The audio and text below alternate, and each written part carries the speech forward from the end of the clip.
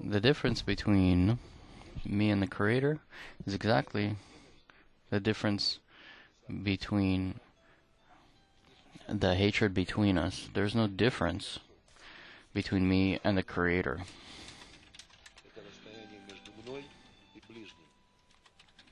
The difference between me and him is the distance between me and others. And to that degree, I connect to him, to the Creator. And my first contact with others is my first contact with the Creator.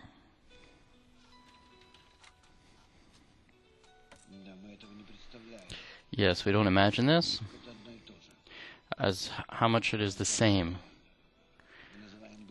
We think that we call the other close.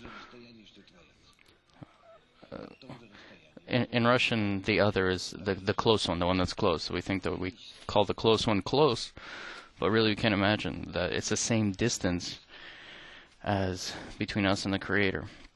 You'll find the same chasm between you. So we undervalue what we're given. Who is this guy? You know, these other people around me. We don't imagine that this is a perfectly accurate and precise indication of our attitude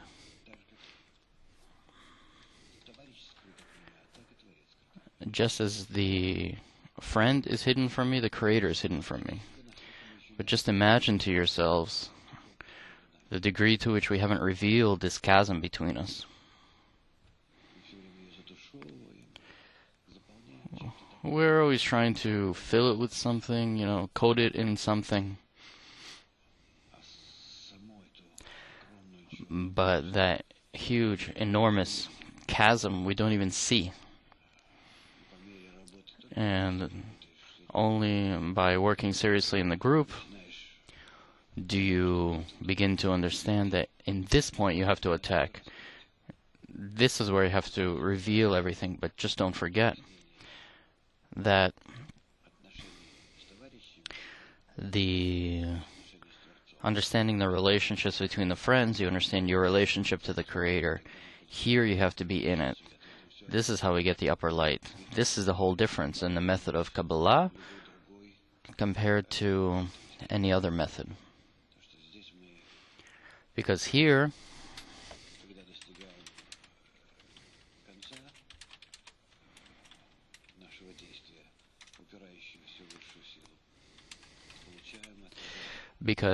coming into contact, trying to reveal this upper force, we receive this upper light that corrects us.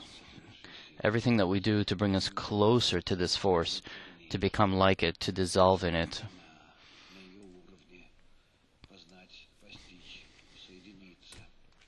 To attain, to connect.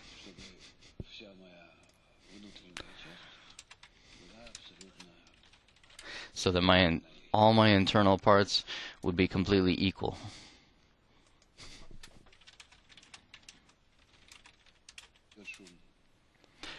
Seems to be some noise.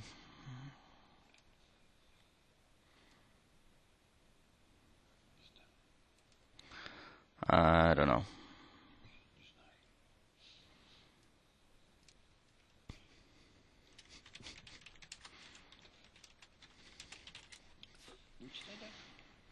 Okay, well, read on.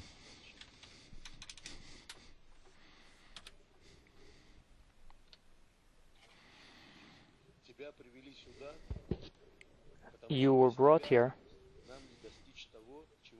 because without you, we cannot achieve what we want to achieve. This is what you need to tell yourself, and this is the responsibility you must feel. No one is redundant here. No one. On the contrary, everyone must contribute his contribution to the mutual puzzle. Without it, we will not have our mutual vessel. The necessity of everyone is a very unpleasant necessity, because then we automatically divide people. This guy This one is nicer, you know, cuter. This one is less. This one I want to stay away from. This one is pleasant to me, and so on. So we always differentiate the surrounding environment, and this is very bad. There's none else besides him means that you treat everyone equally. It's just very, very difficult. We have to control ourselves always. Where the egoism always puts, we have to put, the egoism always puts everybody in their place. This guy I have to hug, this guy I have to smile to, this guy I have to shake his hand. We're always placing ourselves with respect to others, to compare everybody, because these are all human qualities, human feelings, but points in the heart are completely equal. To relate to the points in the heart of somebody and to completely annul the external animal, natural, earthly qualities, to remove them, to not see them, this is the most important. There is no unpleasant or pleasant. There's no near or close. Something you understand, somebody you don't. I mean spiritual work, not in work in dissemination or any sort of earthly problems or work, but the group. Everybody can't be more or less, otherwise they're not friends. So specifically in removing all of these animal earthly signs and distributing all the points in the heart to one level and always working on them being equal to me. Equal, higher, lower, but equal. In this way, I attune myself to not seeing their bodies.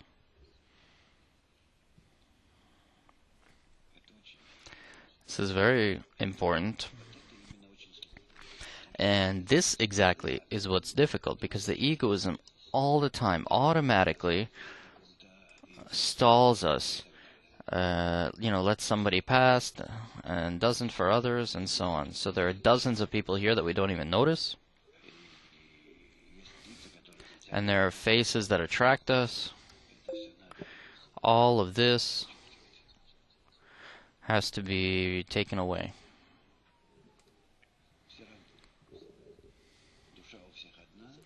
But at the end of the day, everybody has the same soul. And in the spiritual space, there are no differences. The upper light evens out everything.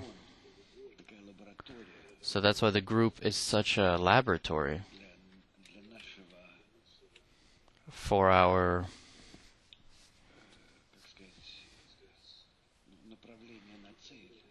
direction towards the goal, to align ourselves, to level.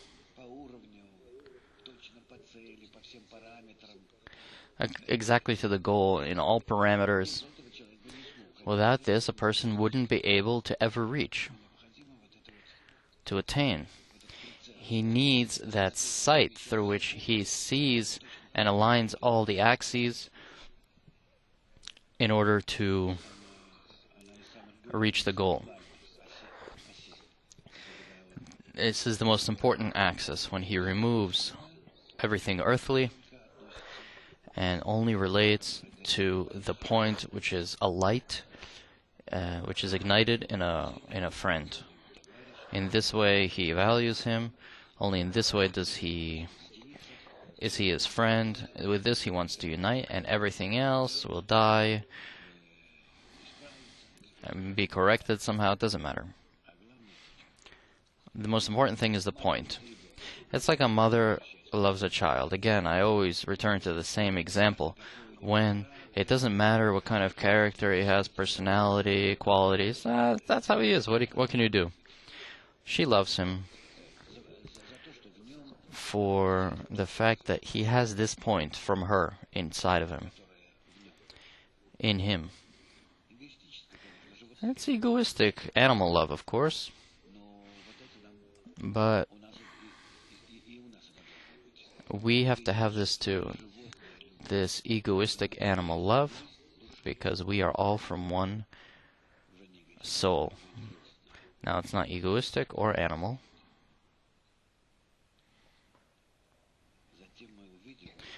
Afterwards, we'll see how each gives birth to the other in spirituality.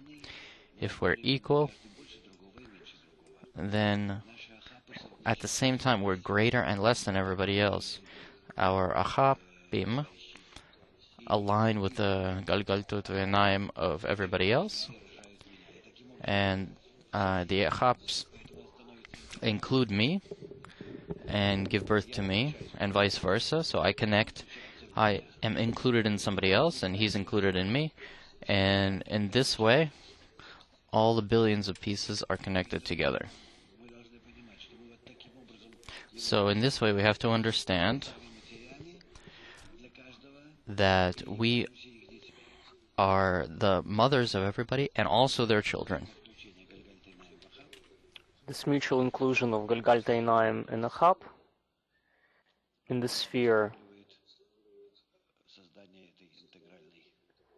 it guarantees the creation and gives the necessary conditions to create this mutual drop. It builds a lot. There aren't many, actually, but this is how we interpret them.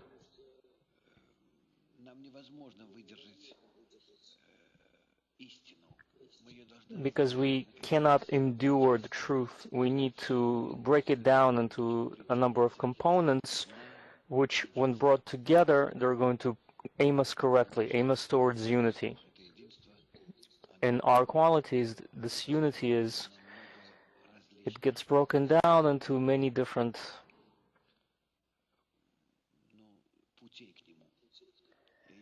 paths toward it, and when you put them together, the sum of will allows us to work. The suffering, the inspiration to go towards the goal, seeing oneself higher than the friends, seeing oneself lower than the friends, and so on.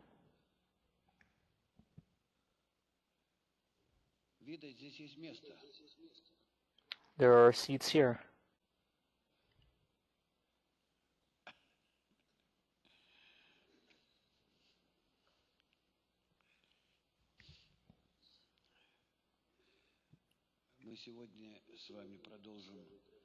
Today we're going to continue our studies, and we're going to continue our studies on a whole. I see that there is a necessity in organizing a weekly lesson on a certain article or a letter, perhaps Bal Salam's letter or Rabash's letter, and to turn this into group work.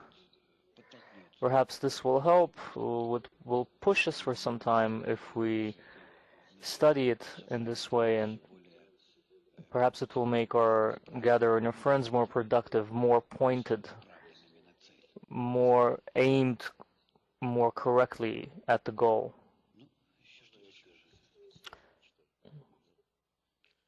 Maybe I'll read a little bit.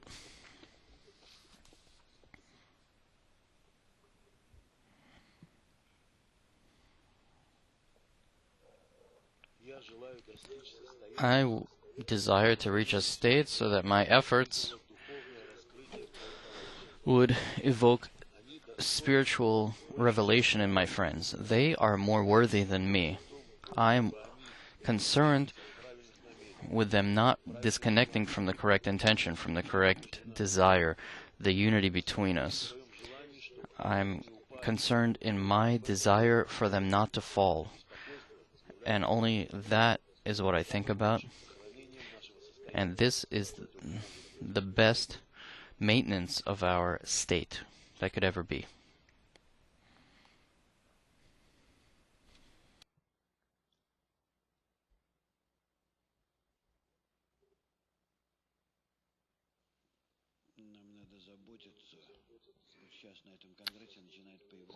We need to care for the fact right now at this Congress we're beginning to see a greater connection between the groups in the world.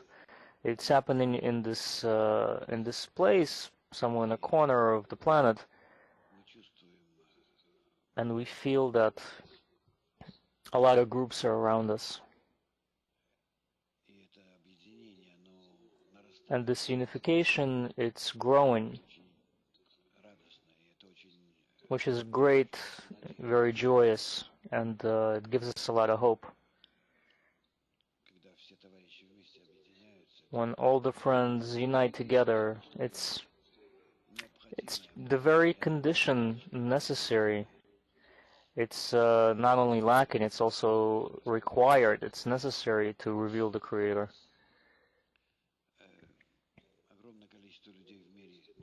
A tremendous amount of people in the world are with us. Whole groups and individuals, virtual students, several people watching together, men, women, mixed groups. I want to especially note eminent friends in dissemination, such as the women's group in New York. They're not a women's group anymore. It's a mixed group of men and women who disseminate on the streets. They disseminate our materials.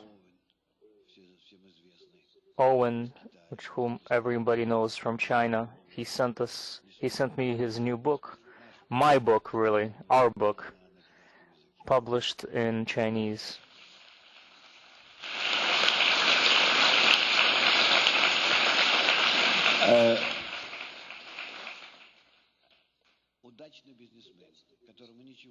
He's a successful businessman who doesn't need anything in life in terms of corporeal things. He's organizing groups, and he does it very carefully with great care because it's not a simple country with its own way of doing things and philosophy and attitude and to everything.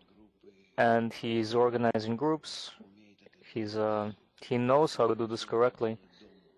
He's created a whole center, Kabbalah center. He really is an example that we can take a lead and take an example from him. It's a very special friend, and I'm very happy for the work that he does.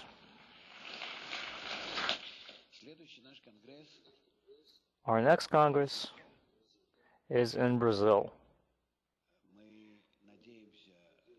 We hope that by then it's going to be around the middle of May, if I'm not mistaken. Nobody knows the final dates yet, right? Around the middle of May. About a month from now. Yes? Month and a half. But I will also be in Colombia and in Chile in between. I'm also going to try to make sure everybody knows what's going on. We'll be meeting with the groups, and we'll have lectures and interviews and other meetings. And the Congress is going to be happening over several days in Brazil.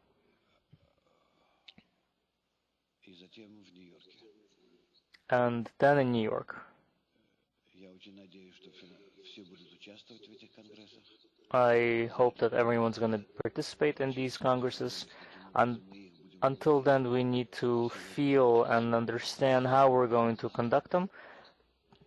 Today, we've begun a brand new format, and I think that we need to develop this format until we feel the necessity in certain changes going forward. I'm very happy that we have performed the necessary preparation in the desert of Arava. It gave us the necessary push to conduct congresses as a gathering of groups and not just lectures, and this is very important.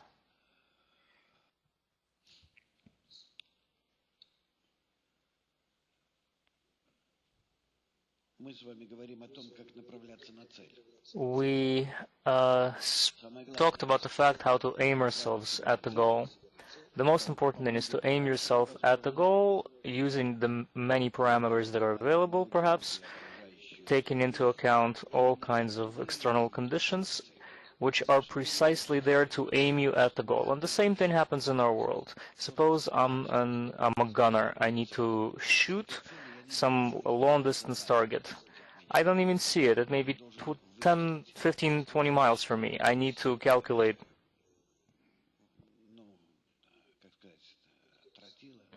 how do I put this? I need to input the ordnance with respect to the mass of the ordnance that needs to reach the target. I need to take into account humidity in the air, the wind, the temperature.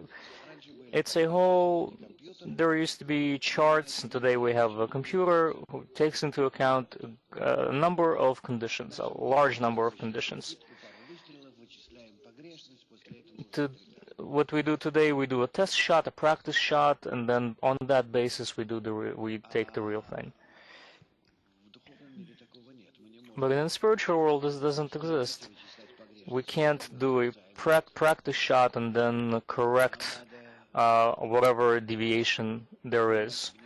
We can't do a practice shot at the Creator. We need to take that into consideration. This is why we have the group. This is why we have all the necessary components to calculating the target, and that's why the science is called the science of Kabbalah, how to reach the possibility of revealing this new quality within us, the quality of reception, the bestowal, the quality of the Creator. Our aspirations forward are not enough, because we don't know where this aspiration forward is going to bring me. I don't see anything before me, in front of me. I am in a state where this is my eye. So where is forward? Maybe I'm about to go backward. I don't know. Who knows? I just don't see. It could easily be the completely opposite direction where I need to go. To me, this is all a big question mark. So what do I do?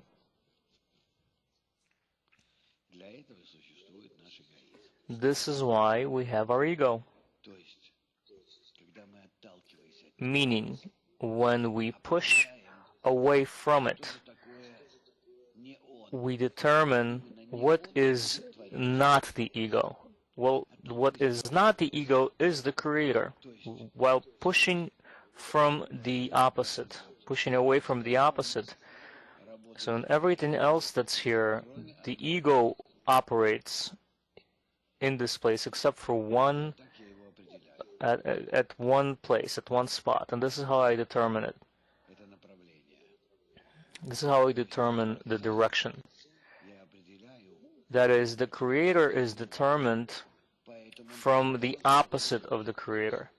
That's why He has created the opposite of Himself.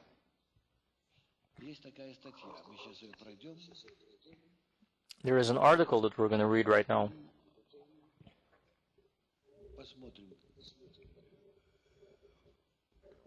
And then we'll see, we'll try to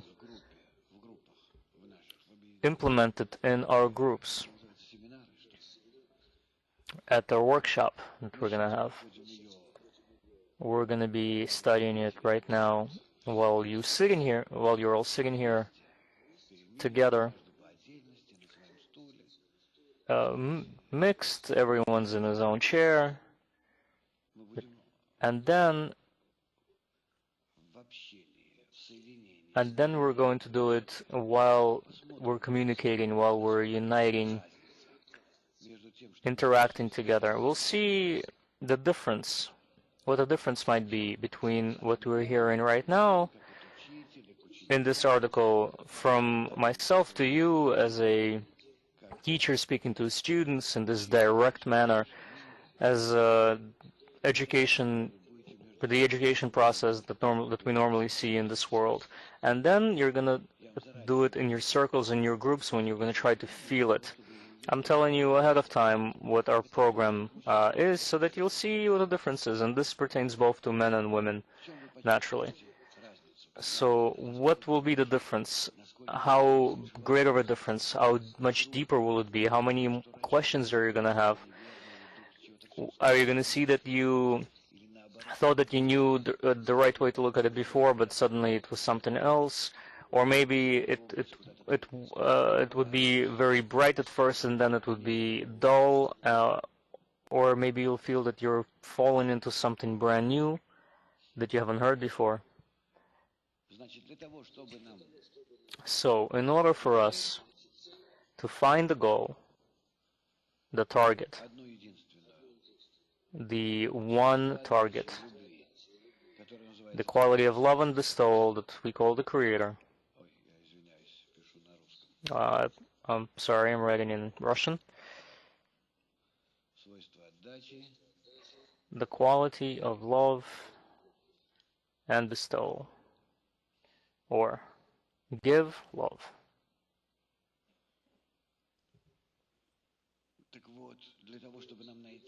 So, in order for us to find this quality, we push from the opposite. We don't know it, because all our desires, including love and bestowal in our world, they are all egoistic, and they have absolutely nothing to do with, no connection with the true spiritual love and bestowal. We can forget all about that. No one exists. No one is connected to this true spiritual love and bestowal. And in order to take us out of this state, in order to orient us correctly, this is why we have our ego, why we have the group, the studies, lessons, and finally the upper light, which performs this spiritual surgery over us. In his rays, they operate on us, and they liberate the soul.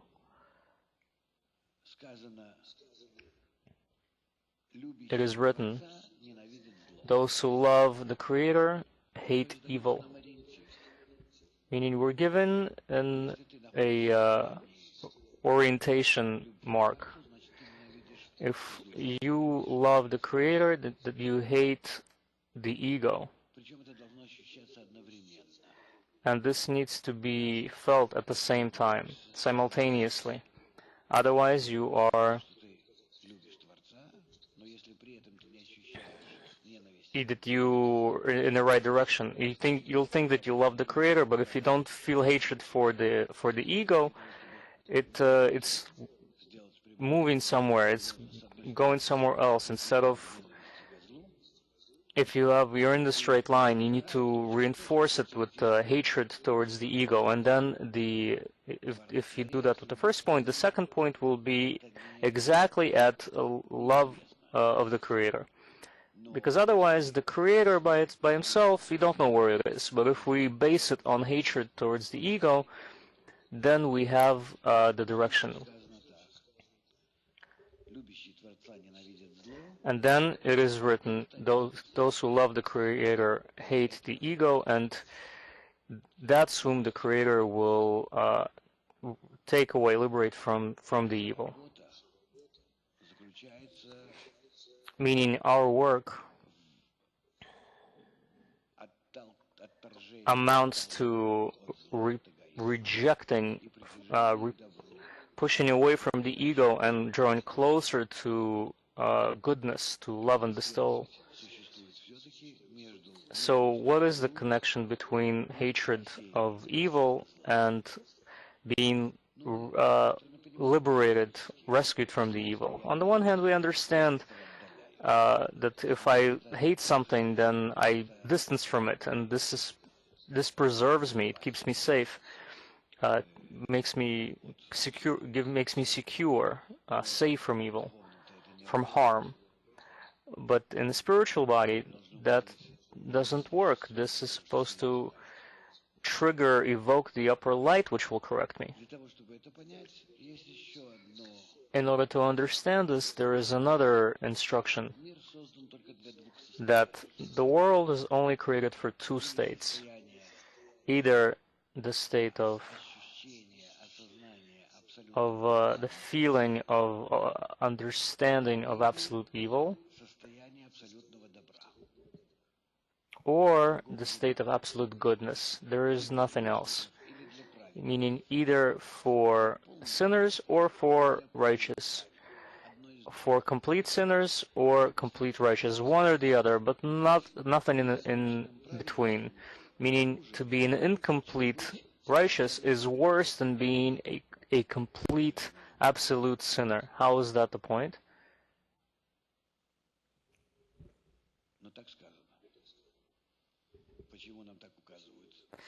But that's what it says. So why do our teachers say this to us? They write, the fact is that from the Creator, from the Creator's side, there is nothing that has a double meaning. What do you mean? What does it mean, a double meaning? Good and evil, a little bit of this, a little bit of that. That you could have something that's a little bit of both. From the Creator's side, there is only the absolute, either absolute good or absolute evil. Either absolute bestowal or absolute reception. Therefore, if a person wants to move towards the goal, he cannot accept that he has a little bit of this and a little bit of that. This is the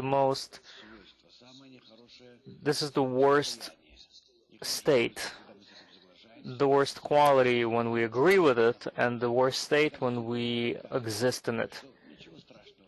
When we calm ourselves down, that it's okay, I have a little bit of this and I have a little bit of that. I'm no worse than others, I'm no better than others. There are these people, there are those people. I calm myself down, pacify myself without bringing myself to the state of either absolute sin or absolute righteous. If I don't reach these states, then I am simply hanging somewhere between them and I have no reference point at all as to how I'm going to move forward. From the Creator's side, like I said, there is no difference between good and evil. From His viewpoint, everything is good. There is no double meaning. But in our state, in our world, if man begins to perceive everything as though it stems from the Creator,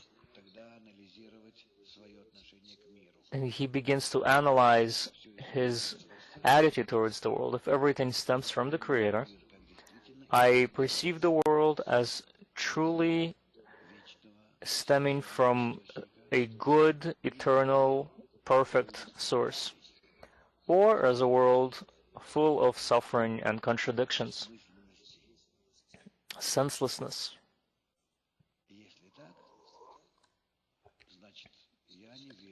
In that case, I don't believe, I don't feel, I don't accept that the world really is eternal, perfect, kind, good, just as He who has created it and is filling it.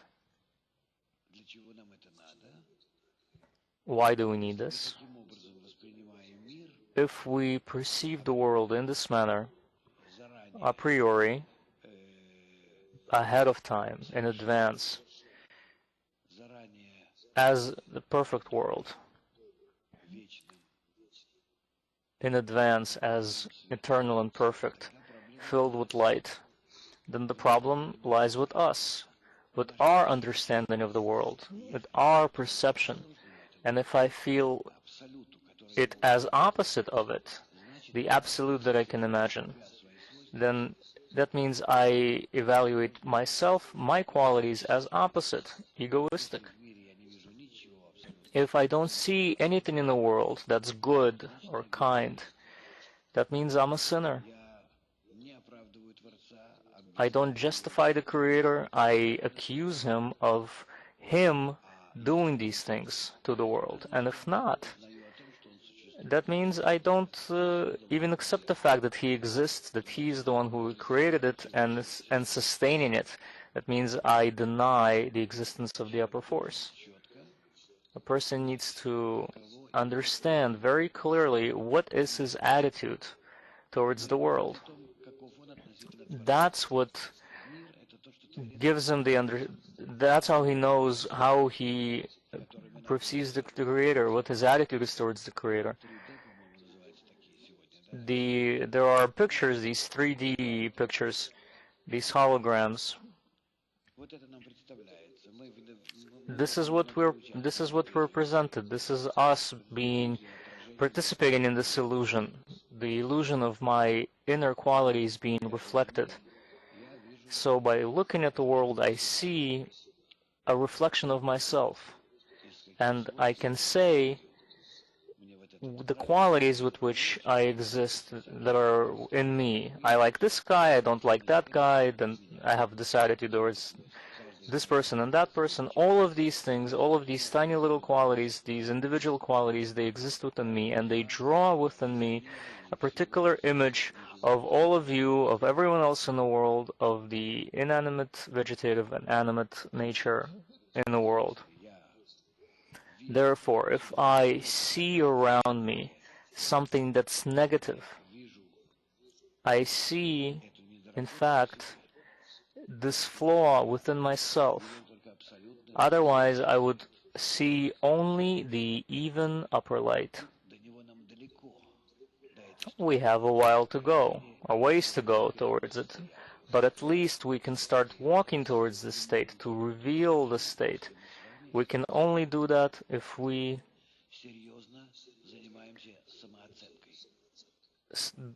do serious self-analysis. Self-analysis of what it is that I see.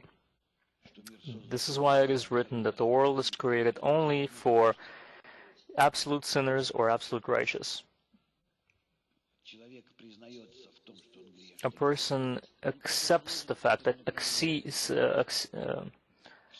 that he is a sinner, that he is opposite to the Creator. Or when he is a absolute righteous, but he's not lying to himself. It's true, he sees the world as full of goodness and perfection and completeness. That means he's directed at the Creator. If you see a mixed world, if he has a mixed perception of the world, that means the state is not yet fully analyzed, then he's still lacking the revelation of evil, the recognition of evil, and that's what he needs to work on. Meaning everything depends on our very precise sensations. Either I feel good in the world or I feel bad in the world. I hear, by the way, from a lot of our friends here that they expected something a little bit more. They thought that they're gonna grow wings and they're gonna fly away somewhere, and so on. That the Congress will do something for them, or on the whole, life, the world, whatever the Kabbalists were. What are they selling? How much does it cost? People don't understand that. Even those who have been studying with us for several years, and it's natural that they don't understand. I'm not laughing at them. I'm not accusing them. I know what I've gone through myself. It's not simple. It's not simple at all.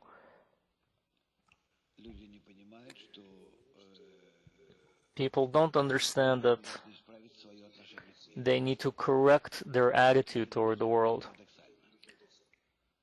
As paradoxical as it may sound, it's the attitude, your attitude towards the world. The world around us is an even, steady upper light which fills everything. We need to simply correct our sensory organ, our perception. There is no else beside him, so what else do you want? Here he is before you, he's around you, he's within you. Remove your eye and you're going to feel it. You're going to feel him in the form of Ormakif, the surrounding light, and he's within you in the form of Orpnimi, the inner light. Simply remove the barrier and everything will be well. It's annulled with restriction and then the screen. First you annul the ego and the light moves without any barriers, fills everything, and this state is called Ibur. The existing within the mother's vessel, let's say. When you are completely surrounded and exist within Mother Nature, within the Creator, and then you begin to grow. As an embryo grows in the mother, you become born and you continue to develop. When you begin to rework your ego towards bestowal to the Creator, and then gradually something you develop into something that exists on its own independently with respect to the light. You no longer restrain it when it's going through. You don't put barriers before it. You amplify it.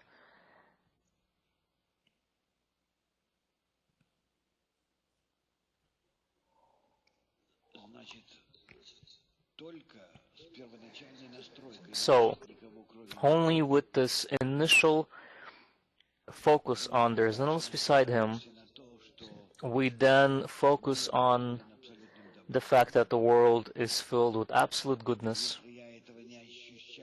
If I don't sense this in my heart, in my desires, and I don't realize it completely, fully in my mind, that means I'm not corrected. And let's assess to what extent am I uncorrected or corrected. Where my states, where are they deficient? How can I correct these deficiencies? I correct them in the group. In the group, when I draw closer to unity with the friends and when I exert efforts, I see immediately how I don't want it. Immediately my ego is revealed, it's manifested, I'm pushed away, I'm rejected from it, and that's natural, that's how it should be. And I reveal that I am a sinner, and I'm a very serious sinner. And then I have the opportunity to advance further, to demand correction. And that's the next reference point. The first reference point is there is no one else beside him. The next reference point, through this sight, how can we visualize a spyglass? The next reference point is that everything is absolute goodness. The third reference point is that I need to look at it through the group. And I need to bring myself to a state when I know very clearly whether I am a sinner or a righteous. There are no middle states. They need to be avoided.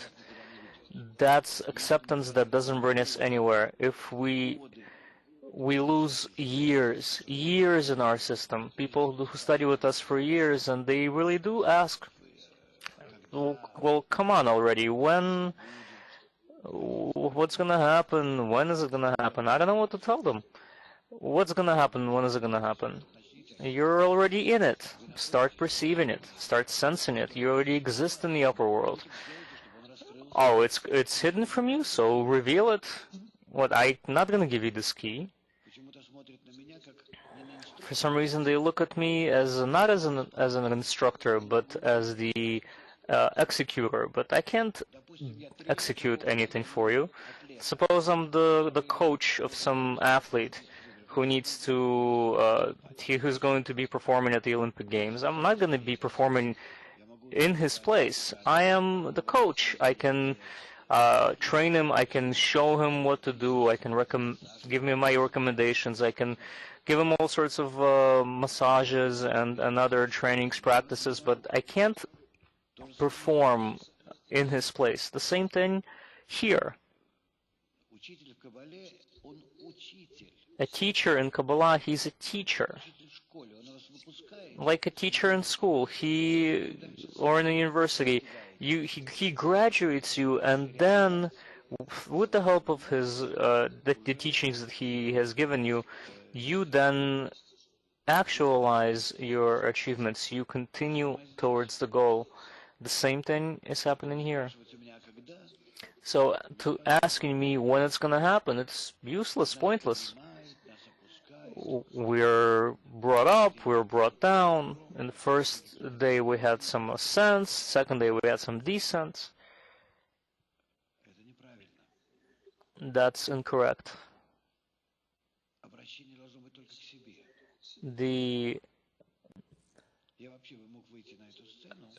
You need to turn to yourself, not to me. I could literally come off the stage and be quiet for two days straight, and allow you to deal with yourself, also to sit within yourself for 2 days and work on yourself. It would have been a terrific Congress. We would broadcast it also all over the world. And our friends in the entire world will do the same thing.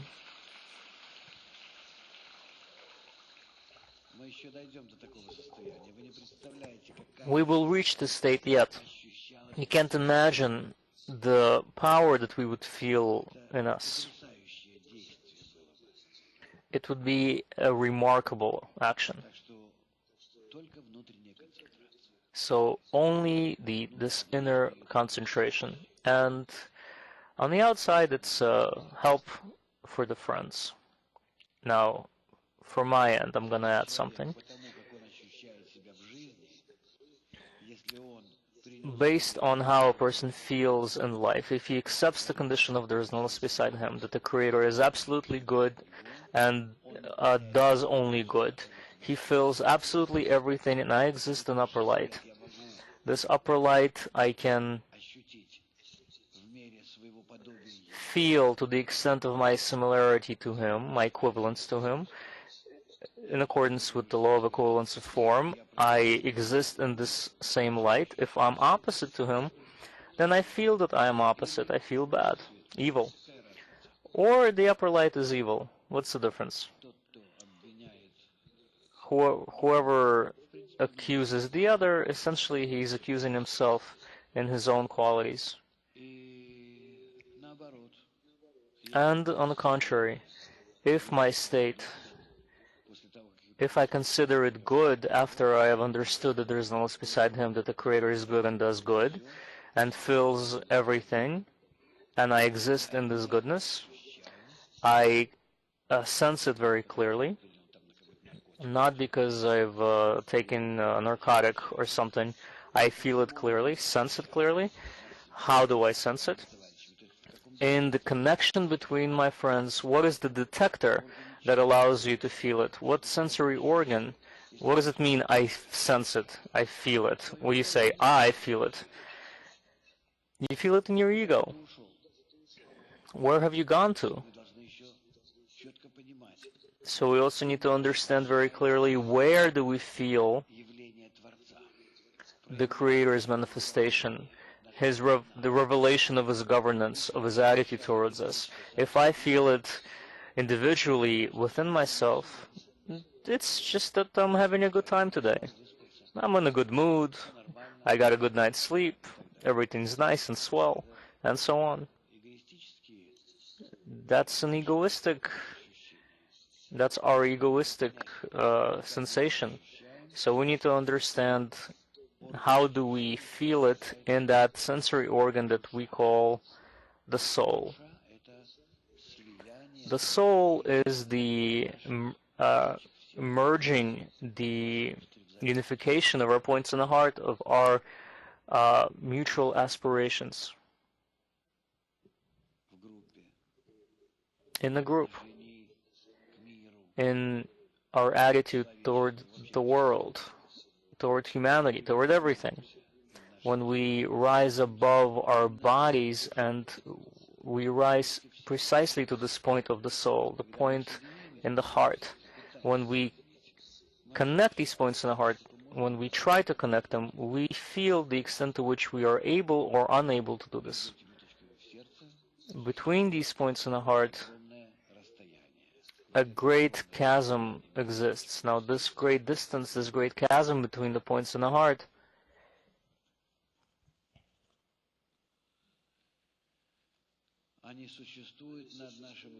they exist above our ego, the corporal ego. I apologize.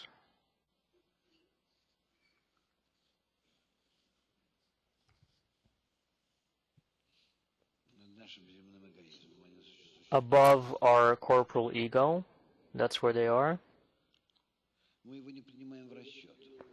We don't take it into account. This ego, it's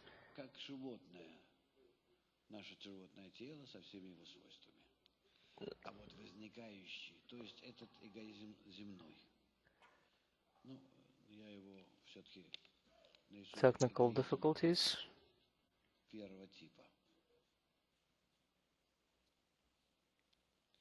И существует, кроме этого, еще эгоизм, антагонизм второго типа. Взаимное отторжение между нами в группе. Okay, the feed is back. The repulsion. Взаимное такое, взаимное отношение в группе. Мы знаем все, в каждой группе существует Group. We know that отношения, как в любом коллективе. Только нам надо ни в коем случае не сравнивать группу с коллективом. Only we can never compare the group to the collective, because it's just completely deadly to our, detrimental to our spiritual advancement. Let's say this is our group here on the scheme. Well, here, I won't be able to draw all the relations, because it's not from one to the other, but from 1 to 2, from 3 to 4, and groups and parties and what have you.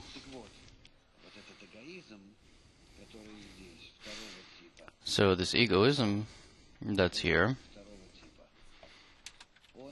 this ego of the second type, is very important to us. It is called the ego.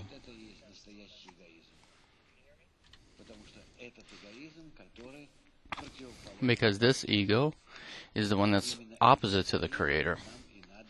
This ego is the one that we need to recreate into this bestowal in love. This egoism, we have to see that it's a huge resistance, a giant resistor between us.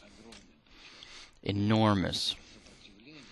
And this resistance, this egoistic desire, it is the desire that will elevate us by 125 steps. It will manifest from 0 through 125. How can I put it? Divisions, levels, magnitudes. In the beginning, it'll seem small.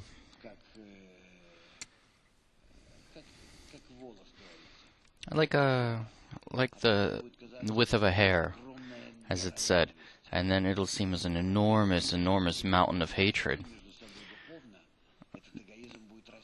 But to the degree that we grow spiritually, the egoism will grow as well, and bring us new and newer problems. Why? Because we have to grow. So it'll be between us. Here, first here is me. Let me draw it like this. Here's me, and here's my friend. We're together. And next we see each other separated more and more, and separated more and more, until here there is an enormous mountain of hatred between us. This is with respect to the ascent. This is according to the ascent. Let's say this is the first step. the 0th ascent, 15th step of ascent, 75, 90, and 125. Вот такое разделение возникло. This is the division that's between us.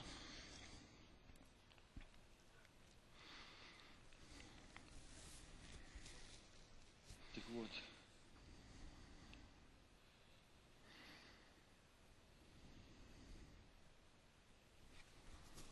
если мы выпадаем So if we fall out of the group from our aspiration to the Creator, оказываемся then we find ourselves в животном эгоизме. in this animal egoism.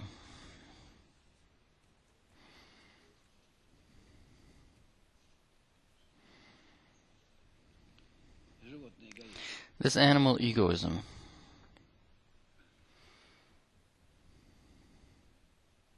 Понятно, да? It's clear, right? А здесь мы находимся And here в человеческом we are in human egoism, spiritual ego. человеке.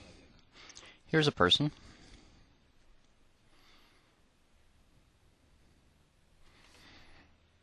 Это огромная разница. This is a big difference. Различать так, We have to differentiate it животное as though here's an animal and here's a person inside of it. своими товарищами с собой. What am I dealing with here with my friend and myself? Between us as animals, На уровень человека. are we fighting or are we ascending to the level of a human?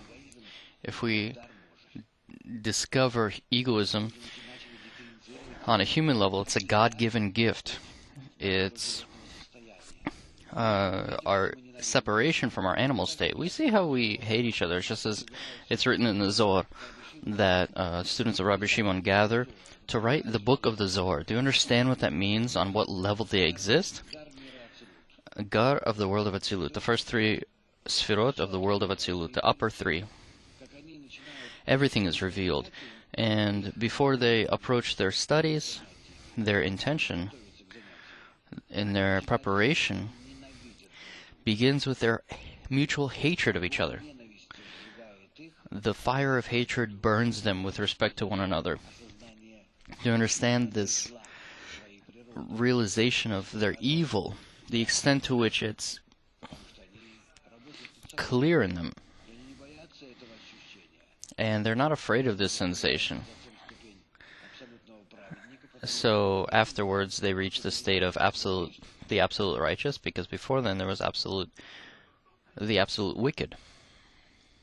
так что мне надо выделять еще So ориентир в направлении на I have to цель. separate out.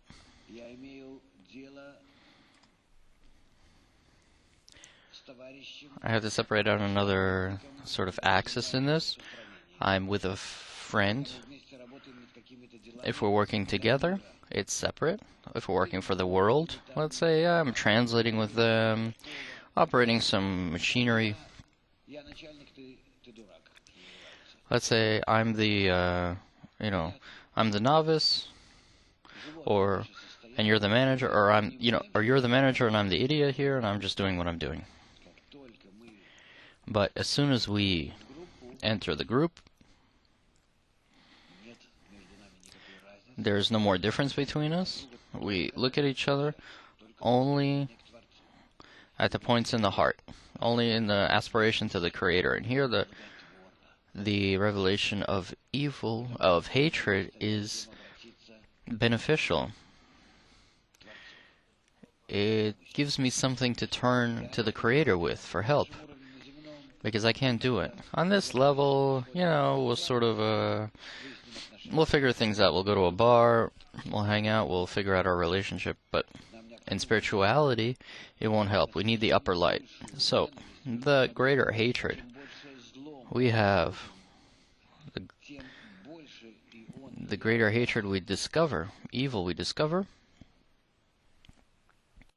Это не я. that's not me, Чем больше the microphone I was making.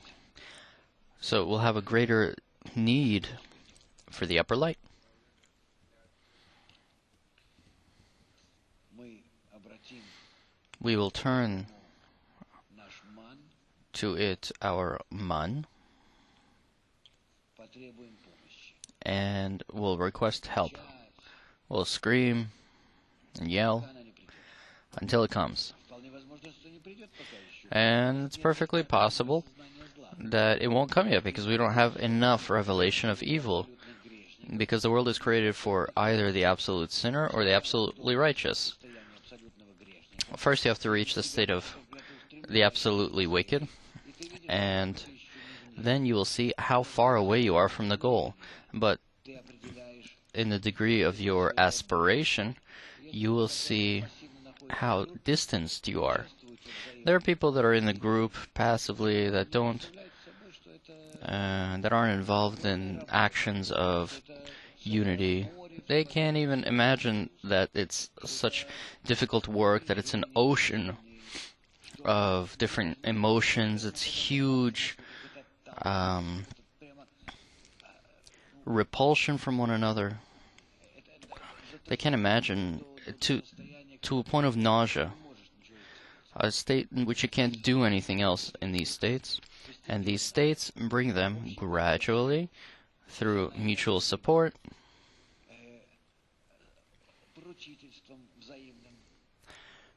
to a mutual guarantee. When you feel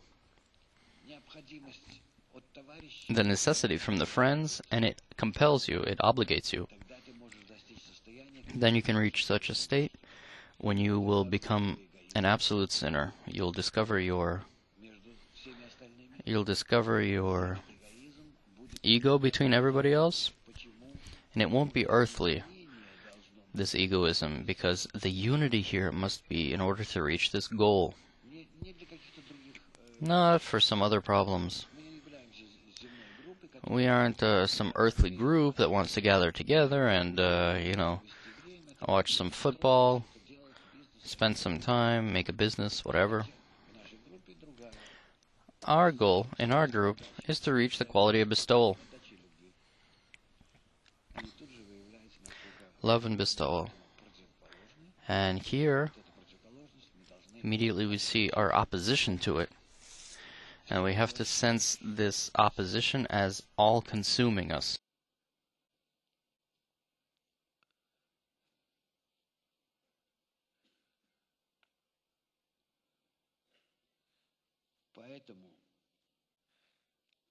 And for that reason, the people that aspire towards the Creator, they understand the conditions, that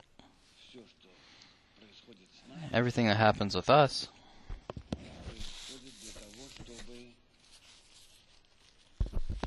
happens in order for us to reveal these states. But the light helps us. It's built in this way. It descends from above, and together with the desire, where they exist one against the other, where the light acts on the desire only to that extent to which these desires are able to live through them, able to suffer through them in their opposition to the light. They're able to aspire, although they have very unpleasant feelings and great disillusionment, they still aspire towards a goal and towards unity.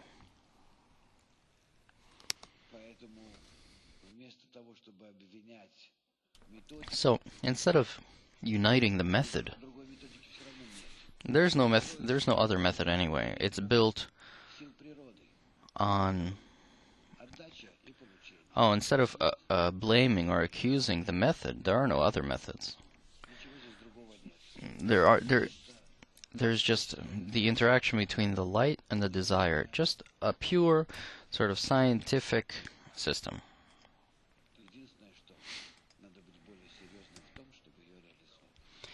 The only thing is we just have to be more serious in realizing the goal.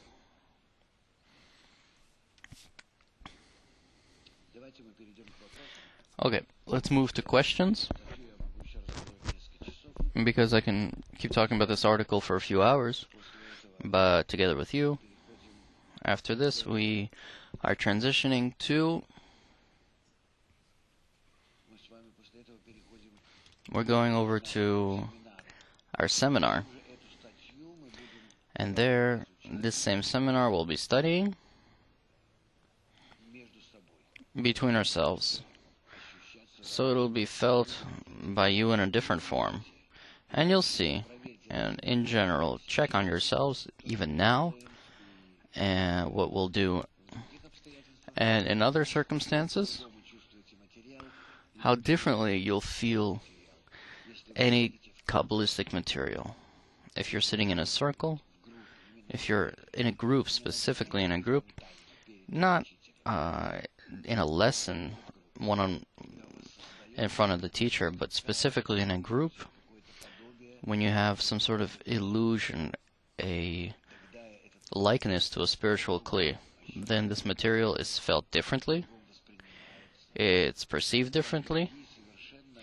You have, after that, completely different, after these studies, it's not a lesson anymore. It's a prayer for a change, for correction. Then you have a completely different result. Okay, let's begin. Hola, Rab. Hello, Rab. I am Elena. I come from Spain. Здравствуйте, Раб. Меня зовут Елена, я из Испании. I have a question about the European Cliff. У меня вопрос касательно европейского КЛИ. When we have to decide where to make this Congress, we did it in a European meeting. And Jakob told us, friends, it doesn't matter what is the final result. The most important thing is that we're doing this together for the first time. Когда мы решали вопрос касательно проведения европейского КЛИ, у нас было обсуждение. И в частности с Яковом мы говорили об этом, обсуждали этот вопрос. И было такое ощущение, что в принципе не важно, какой результат будет этого Конгресса. Also, in the preparation of the Congress, together with the Lithuanian clique, the friends from Europe, from all over Europe, have been working together from many different countries to prepare this Congress. И также во время подготовки к этому Конгресса, в частности, вот группа Литвы, которая была соединена со всеми группами в Европе, мы вместе готовились к этому. So my question is, how can we go on building this unity, this integral European CLI through dissemination? И у меня теперь вопрос. Как теперь мы можем, как европейская КЛИ, прийти к этой интегральности и дальнейшему распространению?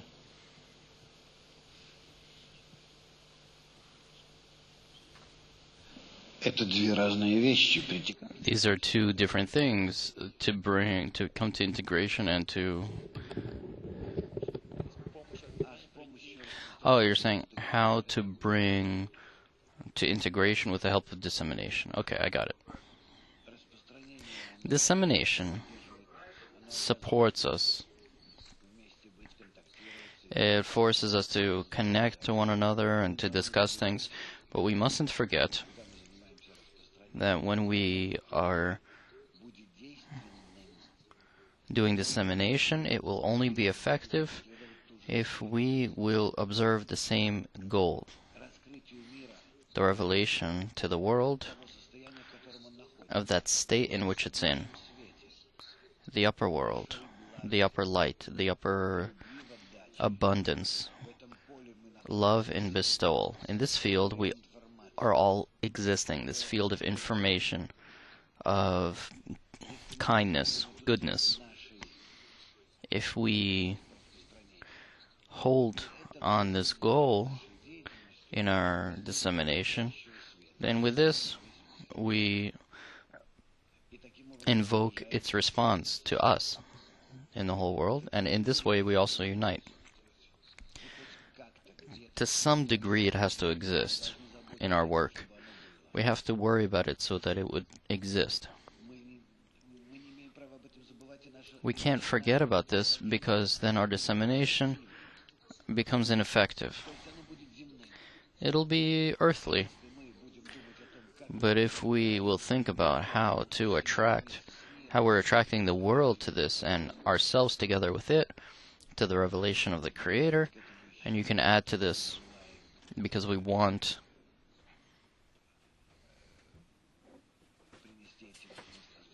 to bring pleasure to the Creator by this, but it's sort of a big step here. I don't want to talk about it because then people get confused. Who is the Creator? Delighting Him? What is this? This is our inner psychology that messes with our phases here. And there's nothing that we can give to the Creator, no amount of pleasure, but we say it that way anyway, as if it happens, as if that's the case. So, if we follow this goal, then our dissemination will be billions of times more effective, and that's the most important thing. So, to go to dissemination and understand by that you are performing a great service to the world in order for it to be able to reveal the Creator. But this connection between us, of course, will be greater.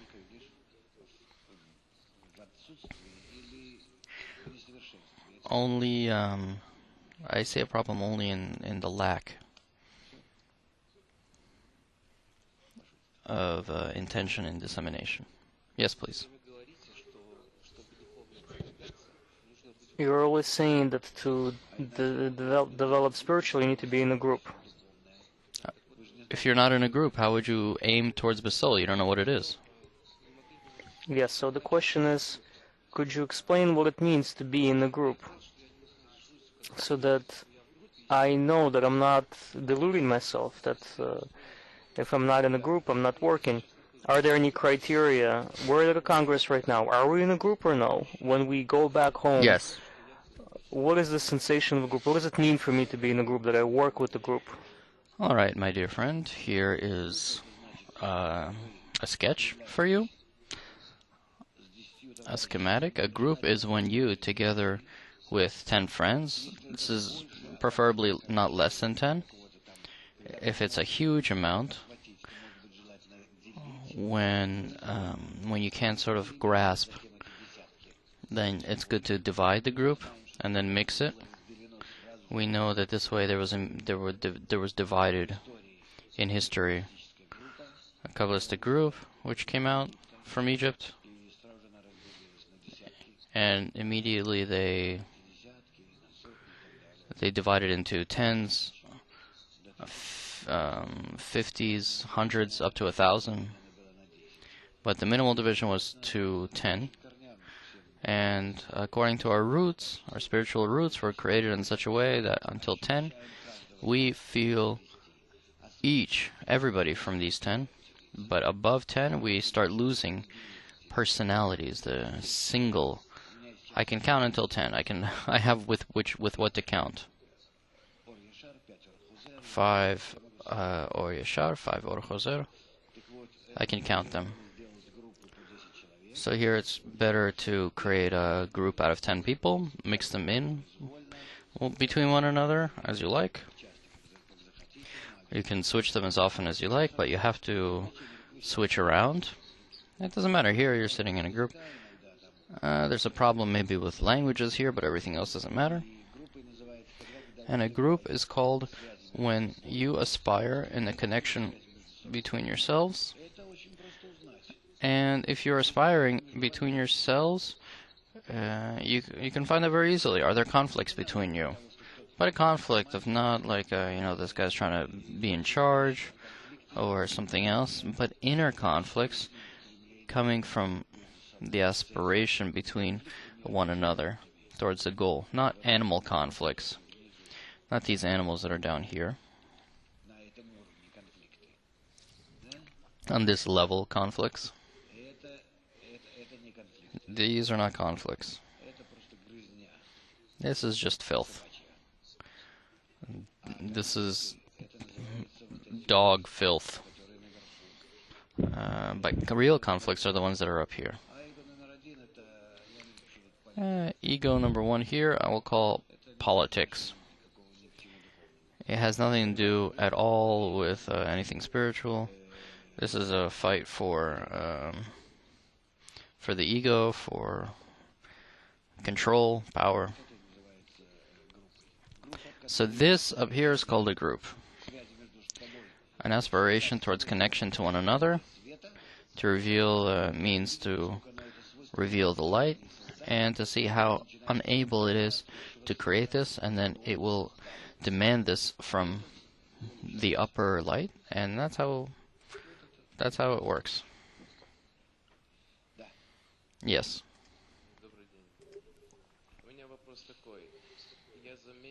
Good day. My question is, I've noticed that I separate people to a great degree, and I think that I do it according to the criteria of spiritual advancement to the extent that I understand it. I don't care about their personality, I don't care about their external qualities, their talents, but I do separate friends in their aspiration. So the question is, how and when should I show it? And if I shouldn't show it, then again, what are the conditions for it? How do I relate to the friends? Do I smile to every one of them, or is this do I still separate them within? What is the connection between my outward appearance and what I feel on the inside? If you mean your relationship, your friendly relationships, or your relationship in the group, In the group, not business. you have to treat them like the creator. Next.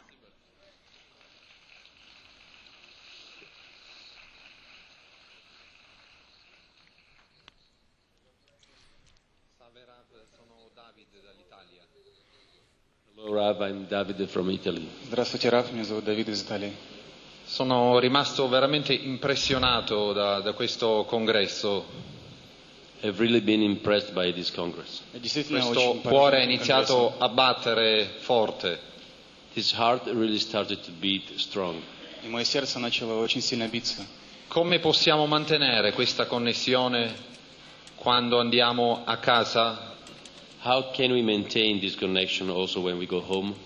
И как мы можем сохранить эту связь также, когда мы вернемся домой? Con tutti gli altri gruppi. With all the other groups that are here. Со всеми группами, которые здесь. Perché io ieri sera sono andato a casa con un po' di nostalgia.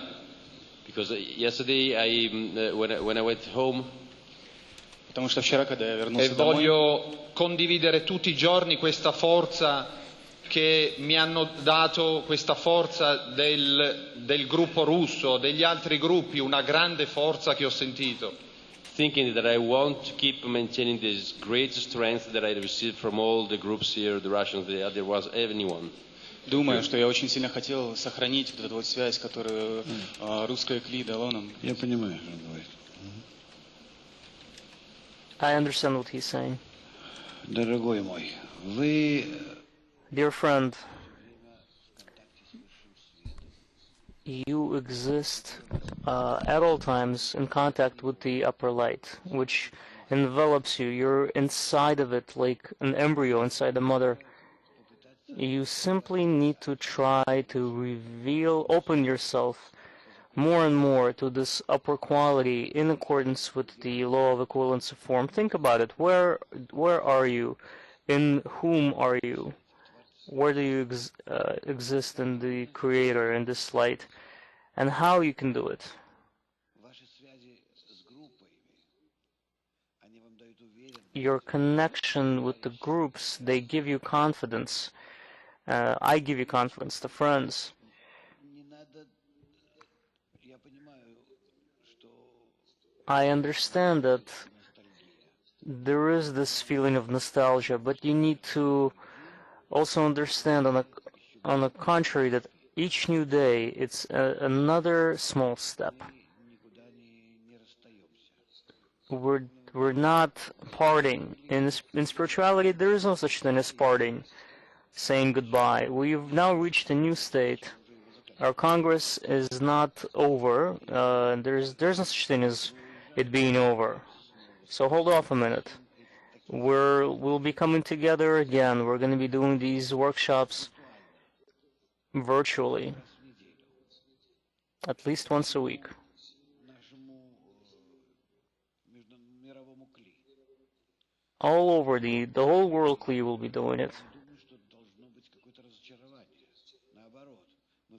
I don't think there needs to be any sort of disappointment. On the contrary, we're entering a brand new degree of development, of our spiritual development. So don't look at what's happening here and in comparison to what's happening in the world. We need to ascend. We need to keep going, advancing, keep going forward. It's becoming more and more clear every day. We begin to understand it better and better. I want to say that all the conditions are present for us to do this, and it will happen. We'll be successful. You'll see what's been happening in the last few years with us and with the rest of the world. There's no alternative. We must fulfill this task, and the fact that you're going home, it should do the opposite. It should have the opposite effect, to increase your connection to us. We need to be creating a brand new platform. I don't know how yet. We need to think about it. We need to discuss it. I think that at our gathering of friends, we'll talk about it. Maintain the connection with us, and don't be afraid of anything. We're holding you up.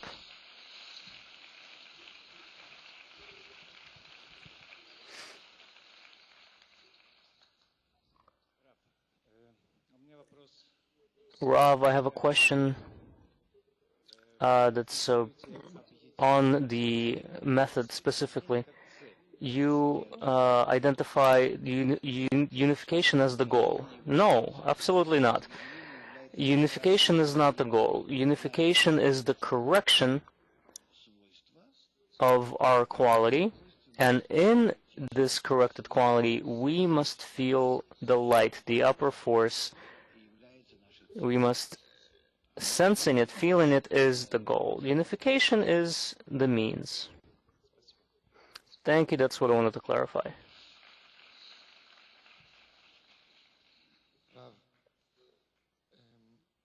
After we achieve this unity here, Rob, after we achieve this unity here, we know that we have a lot of obstacles.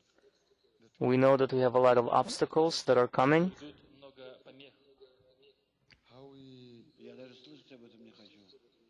I don't even want to hear about that. I don't even want to hear it about disturbances. What I mean is, Ezer Kenigdo, the disturbance against you. Don't say just disturbance. A lot of possibilities, opportunities will come to rise above. Yes, that's true.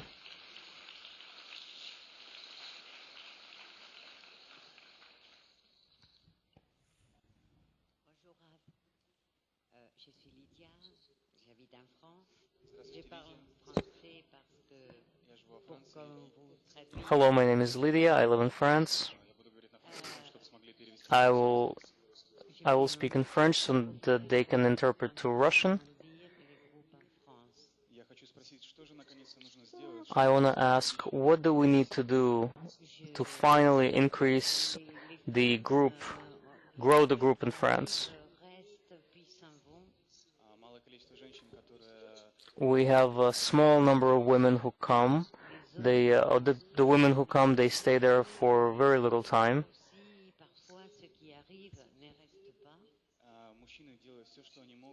The men do everything they can, but because there are only a few of them, and the new people who come, they also don't stay for a long time.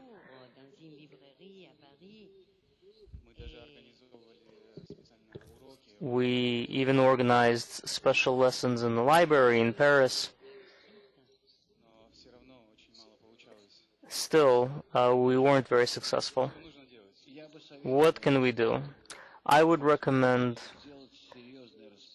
to do a serious dissemination of our idea in the form of Kabbalah or in the form of something else, or without any Kabbalistic words. among the Russian speakers in France.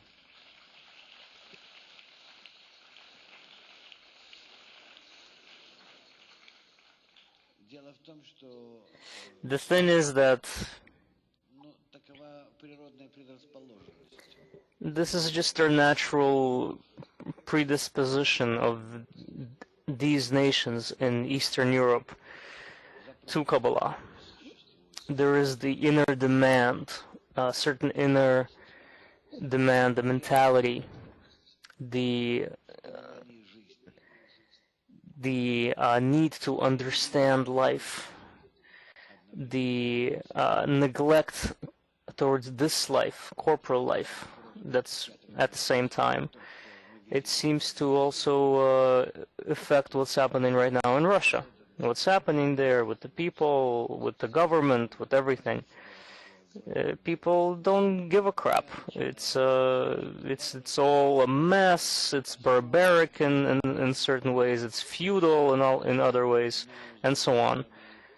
But on the other hand, that's to this life. That's the attitude to this life. And at the same time, there is also this need to know the meaning. It's in part it's being manifested in this search for their national identity and so on. Also, Kabbalists have been working there very diligently for centuries. I don't know what to tell you, what else to tell you. All of our groups in the world, except for Latin America, they are heavily at their core, for now, at their core, at their foundation are Russians. And this is understood. It makes sense in terms of the root. Also, wait, be patient, meaning keep doing what you're doing, because France right now is undergoing a very serious phase of a self-analysis, a revision of how do we continue to live, why, what for. There is a huge problem with immigration, and the outlook on that and multicultural is changing, and it might take another year or two. Although I think it's going to actually happen faster than that. But it is what it is, and that's how it's going to flow. You need to think as much as you can the specific quality of this nation. We all know what the French are like.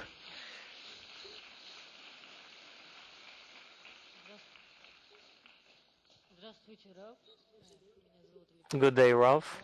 My name is Alexander. I'm from Latvia. Why does my ego accept one friend but reject another? What is this based on? This is given to you from above, from the Creator. He deliberately tosses you these things. You like this one, you don't like that one. This one is like this, the other one is like that. But you need to speak to the Creator. You need to communicate with the Creator. You need to understand that it all stems from Him and only from Him, because there is no one else beside Him, right? And this is how you need to continue working with Him at all times. Meaning to relate to all people absolutely identically. There are no good or bad or evil. It's the Creator presenting you things in this way. The most important thing is to select your friends on the path. Thank you. You're doing well. Hello, Rav Yaakov from Germany. Здравствуйте, Рав, я Яков из Германии. I wanted to ask a question. So many people from so many languages came here, different cultures. We didn't understand almost each other by language, but we were sitting here, and by sitting, everyone put like his heart on the table. What happened here is more than a dream. Раф, я хотел вопрос. Мы здесь сидим, собрались с разных стран, у нас разные языки, разные культуры. Что здесь происходит? Потому что мы буквально вкладываем свое сердце на стол. In the history, someone said, I have a dream, but I think we have a dream of reality, what we achieved here. Это подобно мечте, которая сейчас реализуется. My question is, tomorrow we have 24 hours every day. What should we do? Should, in our desire, we want to tell the world what happened here in the media, that everyone will read in the newspaper what here happened, or in our desire is to make those workshops, to make this inner deep work, and through this it will reach the world anyway.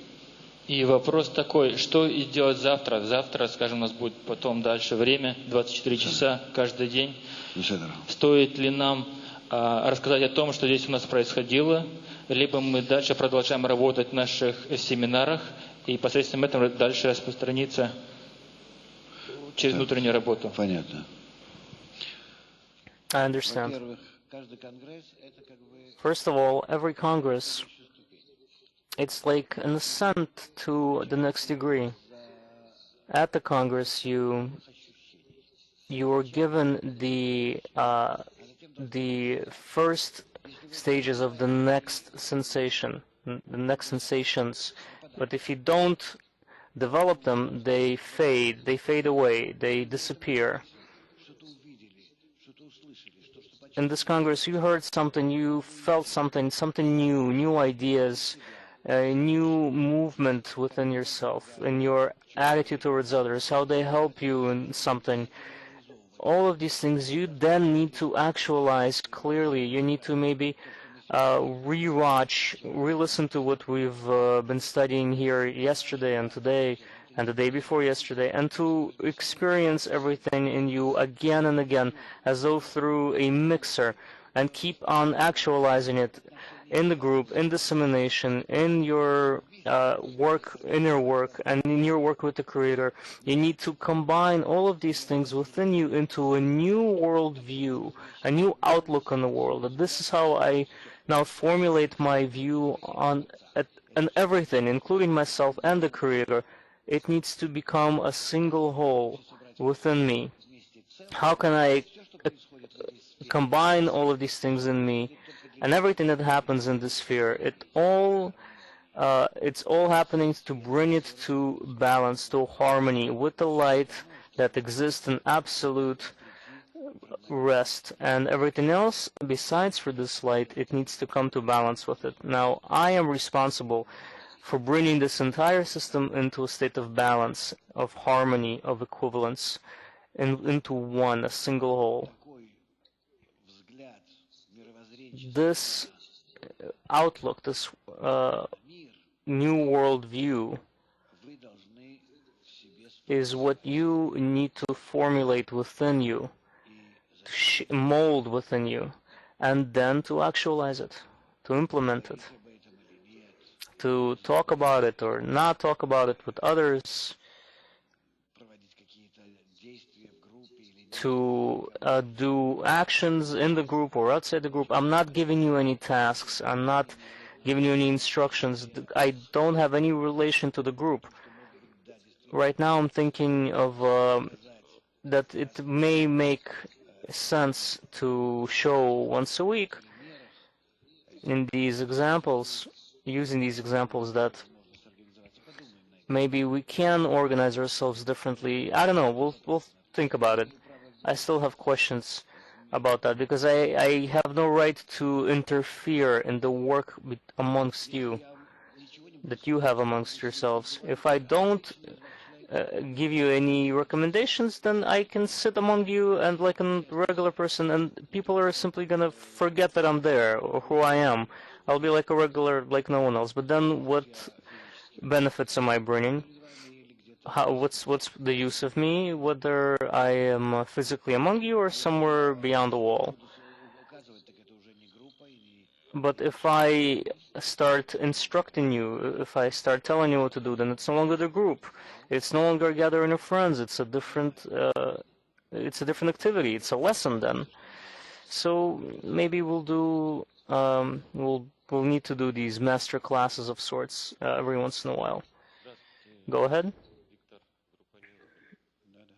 Hello, Victor from the Nuremberg group. In our preparation for the Congress, a great amount of attention was done to the site of where we're going to hold the Congress, and as on Europe as one of the complicated locations in the world. And today we are in a great inner unification, but in dissemination, all the European groups are still in their regional confines.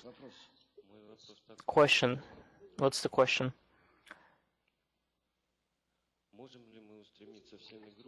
My question is, can we aspire all of the groups in Europe to a single result? I don't think so. I don't think so, and I don't think that's necessary. You shouldn't exert effort into something that may still be very far away. No point. And if you want to do it, then you need to start preparation for the next European Congress, and that's something that's going to unite you. And through this, you're going to have connections between the groups. But if you don't have a normal corporal cause, grounds for it, then it's not going to happen. Because truly, all the groups are by themselves, you have different schedules and so on. So you need a case for it, the reason, cause to have an event.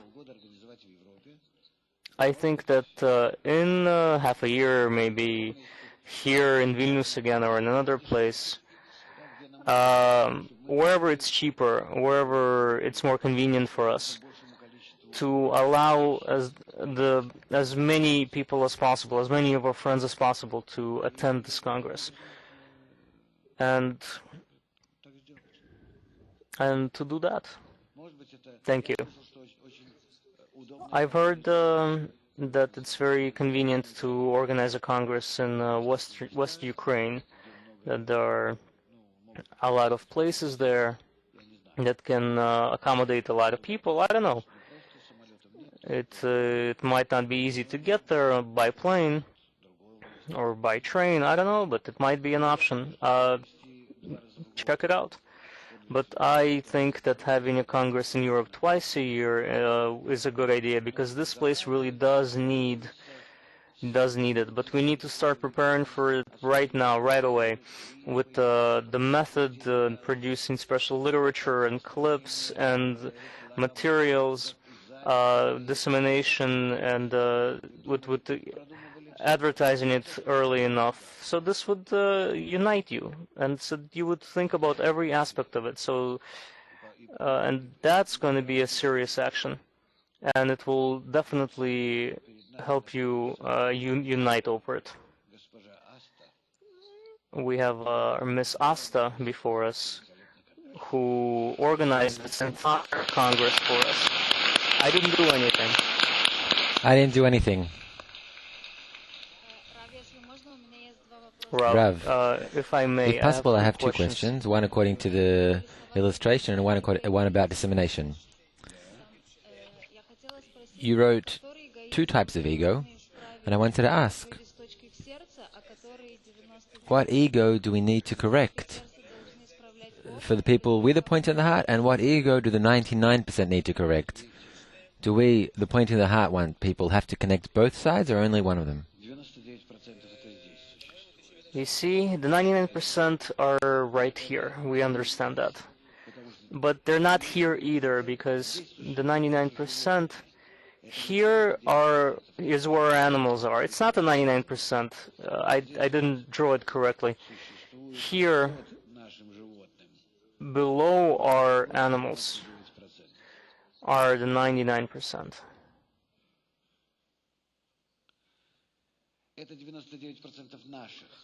These are the 99% of our people, and here's the 1%, and this 99% is everything that's This is all Kabbalists. Вот из этих вот он состоит. This is what the Kabbalist is comprised of. А это 99%, And this 99%, как сказать, ну, массы. how do we call them? The masses. Это 99% от This 99% is 99% of the Earth's population. I apologize for writing in Russian. The Earth's population. And this 99 and 1%, these are desires. Desires of a Kabbalist, which are split into 1% and 99. But this ego from the other kind, ego, how is it? What's its expression? Manifested? The point in the heart, it aspires toward the Creator. The Creator gave it this aspiration. It created this world with a spark, the Big Bang, that from which resulted in this entire universe, a spark of the upper light. It results in all matter, all information, everything that exists in the entire universe. So,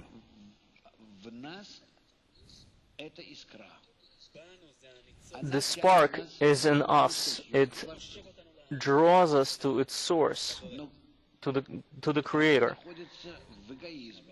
But it exists in the ego, in this egoistic shell.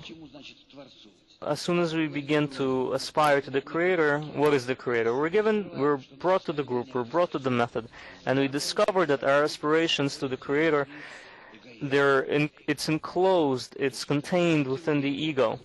So this resistance between us, this great resistance between us, we begin to discover it, we begin to feel it. Here it is. And the point in the heart is a point in the heart. But it exists within this resistance, within the ego.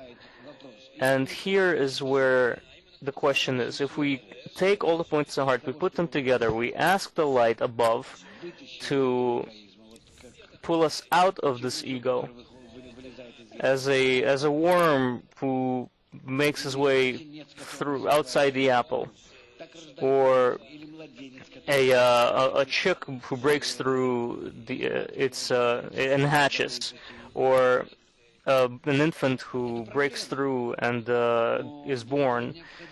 It's a problem, but this is why we need this impulse. We need this inner strength and the drive and the help from the outside. That's the way it's done. This is how we're born. This is what we need to do.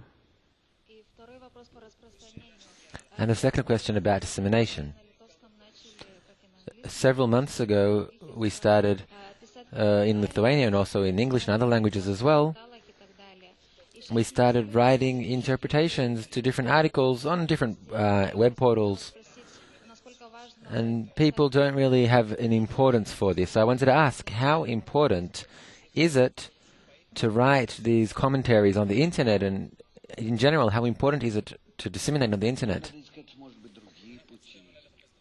Perhaps we need to look for other ways to disseminate. Maybe in this way we still can do various things. I can't tell you which path is the best. Perhaps there is no one best way to disseminate. I think we need to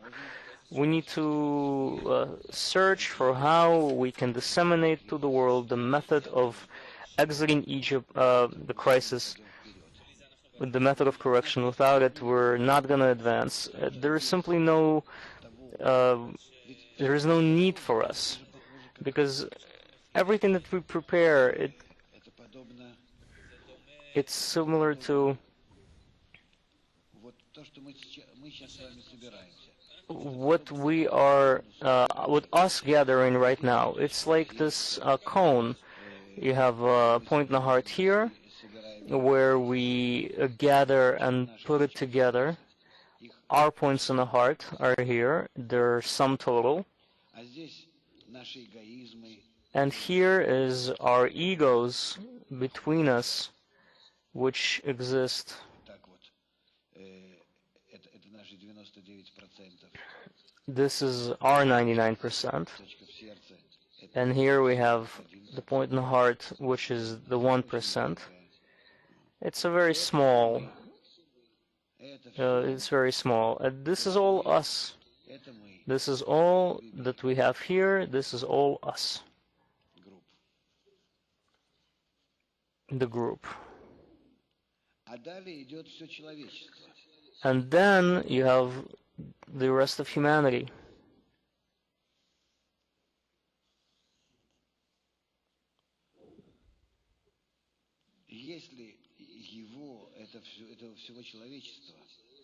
If this entire humanity, the 99%, the masses,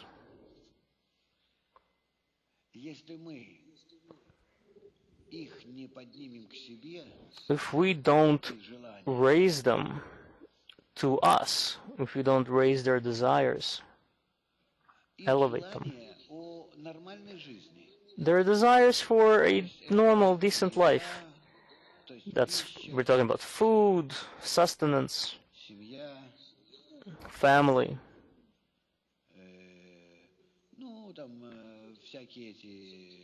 all kinds of, job, health, all of these things that are necessary to people, security, and so on. If we don't raise their animal desires to us, then we're not going to be able to organize these desires to aspire to the Creator. We'll not be able to do that. So what are we going to come to the Creator with? We can't turn to the Creator with anything. If we are going to turn to the Creator with our own personal desires, what are we, egoists? That's ridiculous. I ask you for you to open yourself to me, to reveal yourself to me, open your face to me. What are we talking about here? What are these egoistic appeals? Think about it. When was Kabbalah revealed? When the world began to have a need for it, even without fully understanding, even if it's unclear. Then you came, all of you came. Otherwise, you would not have. You would not have come. Only if you raise this man, if you raise this man from yourselves, then it's not man. It's egoistic. It's not. It cannot be answered. There is no answer for it. It's like a child who cries, but because he feels bad. He doesn't know why he feels bad. It's the upper one who knows. The mother knows that I need to either nurse him or change him or do this or do that. She understands. So the same is with us. When we take their appeals for a normal life, quote unquote, it doesn't even need to be, they don't need to appeal to us, just for a normal, decent life. But for this, we need to come out to them, and then we take their appeal and we transform it into ours. We understand that the problem is the Creator's light, that the Creator's light needs to be revealed. And then from this small request, we turn it into a prayer. And without it, nothing's going to happen. We're not going to receive anything either.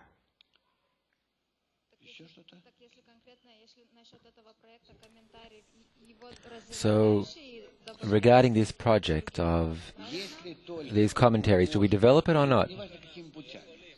It doesn't matter how we do it. If in any way that we can, if we can reach the masses, explain to them what is the essence of correction, without the light, without the Creator, without anything, if they aspire even a little bit towards unity, this will already evoke the Creator's light to them, because we are working above them. If our ideas reach them, then they will certainly evoke the Creator's light on them, even if they don't understand anything or hear anything about them, about the actual words. Okay, friends.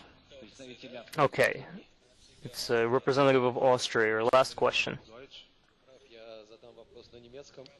Rav, I'll ask in German.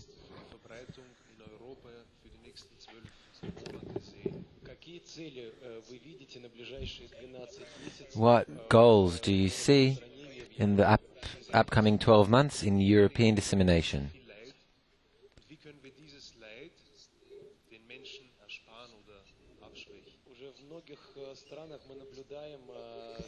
In many countries we see people are suffering. How can we help them?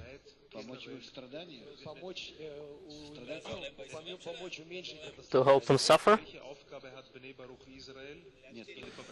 To decrease their sufferings so they won't suffer so much.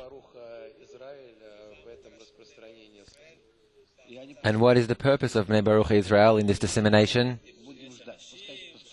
I wasn't kidding. Some of the people here, they're waiting for others to suffer. Let them suffer a little bit more, then we'll wait until they come to us, because right now they don't listen to us. This is not an attitude out of love. We need to try in any conditions, wherever they may be. We still need to try to reach people and to mitigate their suffering. That's why I made this. I said what I said. The year before us is the coming year, I can't even imagine what to call it. This year, a great many changes are going to take place in the world. There will be all sorts of elections, and but this doesn't depend on them.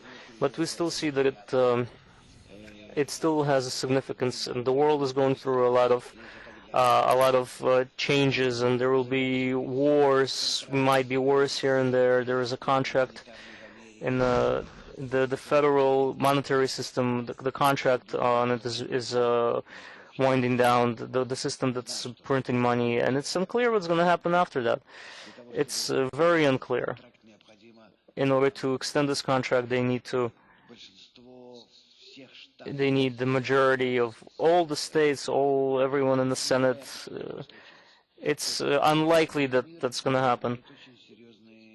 It's unimaginable that it might happen. So there are a lot of very serious things that are going to happen in the world on a corporal level. Of course, they're all concentrated in this way under the influence of the light, and we really can implement great change here, and it's all we experience between us and within us a great change in our attitude towards the world, and everything depends on how well we will utilize all the opportunities that we were given from above, because they do exist.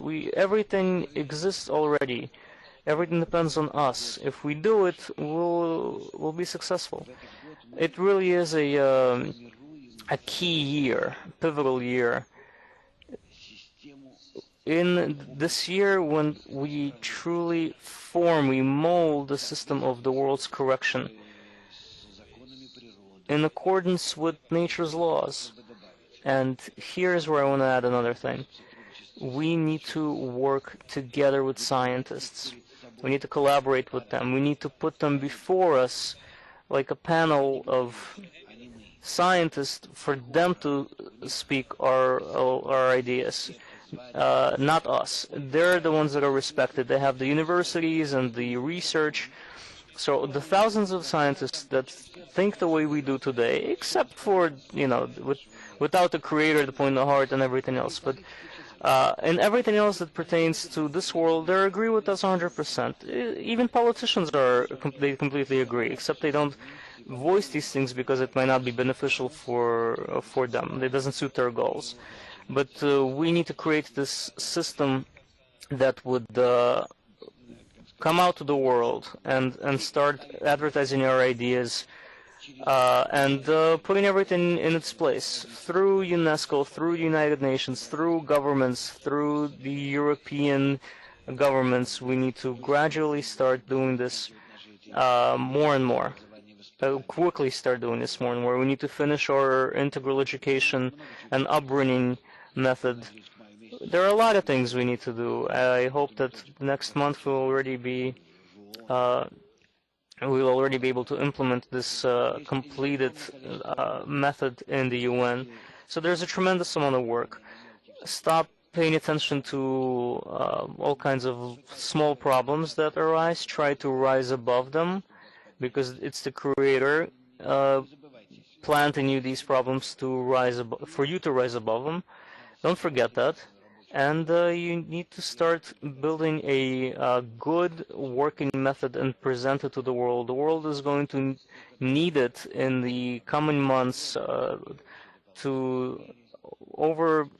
Before year's end, there will be like huge problems being revealed in the world, all kinds of mess, and unless we present our method virtually free and easily implemented, which doesn't require any additional costs. This is what we were trying to do yesterday in our workshop. We need to develop and think about it more and more. How can we formulate it correctly? In reality, this method it doesn't have any costs. Usually when you perform changes in the society, we're thinking of it costs billions of dollars, it takes decades, but here you have here it doesn't cost anything. You have people volunteer, everything gets organized very quickly and very efficiently, and within days you see changes. And you don't need anything else. You don't need to free up. There are already available resources for the world to completely turn its attitude.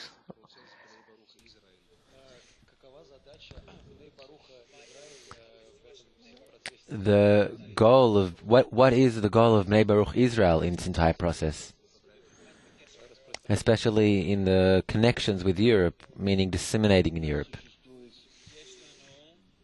We have two departments. One which deals within the country, within Israel, and another one that works with the rest of the world. The one that works with Israel, it deals with unifying our message and disseminating it within Israel, and this pertains to all races and nationalities that live in Israel. Just last week we had a huge event, roundtable event from our organization in a big Arabic settlement. The next week or 2 weeks from now we're going to have another one. In addition to universities, the parliament that we have here, Knesset in Israel, and so on and so on. We are being accepted everywhere now, and this is a tremendous achievement, and at the head of it is Avi Yusufer. In addition to that, we have a lot of work, and we already had a special presentation from our women's organization in our parliament, which they're organizing all women in Israel, representatives of all women's organizations, including female ministers and so on. We see a tremendous breakthrough in this because women's organizations, they're accessible, and we can work with them easily, and through them we can influence the entire world. And we already spoke in great length about the women's influence in the world. Norma Livni is the one in charge of working with women's organizations in Israel and in the world. And everyone knows her. She's also, I know that we have two women here that could also talk about the women's movement a little bit, just briefly. Come to the stage. Сюда, на сцену. Here to the stage. Черненькую зовут Аня, а розовенькую зовут Лена. The brunette is Anya, and the pink one is Lena. The red-headed one is Lena. Give them a microphone.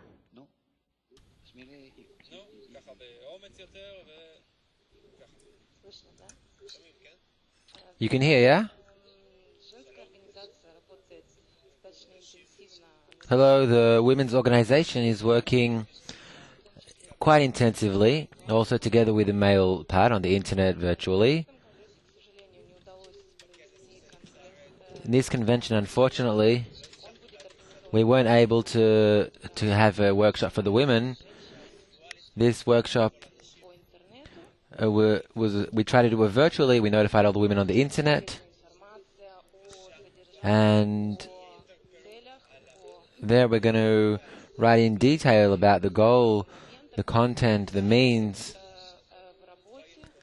and about other things in work and more facts. In general,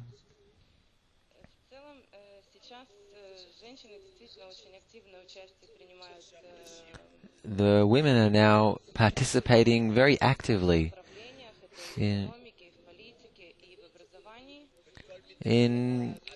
all different branches, also in economics, politics, and also in education, as psychologists, as scientists, in general, in all different fields.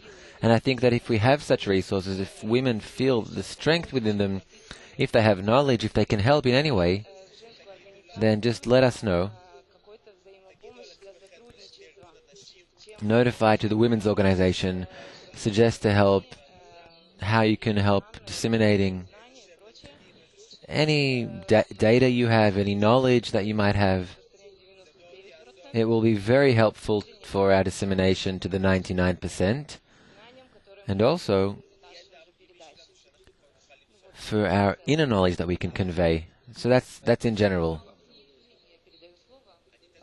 I'll just pass it on to Elena. Go ahead. Actually, first let's Lydia speak. Everything's been said. The seminar that we plan to organize here at the Congress for Women, it hasn't. We weren't able to fit it into the schedule, so we decided to do it virtually. The information will be sent to everyone. Thank you. Существует огромное количество женских организаций, их в мире тысяч. There's a great number of women's organizations in the world. There are thousands of them, really. And for some reason, we only pay attention to men. We need men who are instructors and educators. Why not women? Well, there aren't any women's groups, or we don't need to raise and educate and train women and girls? Of course we do. But who's going to be dealing with them? Women will, not men. That's why we absolutely need to create a parallel system, the same system of education and upbringing. For some reason, we're always thinking about men. We need to do the same thing for women. Imagine how many method educators and we need an identical system for women.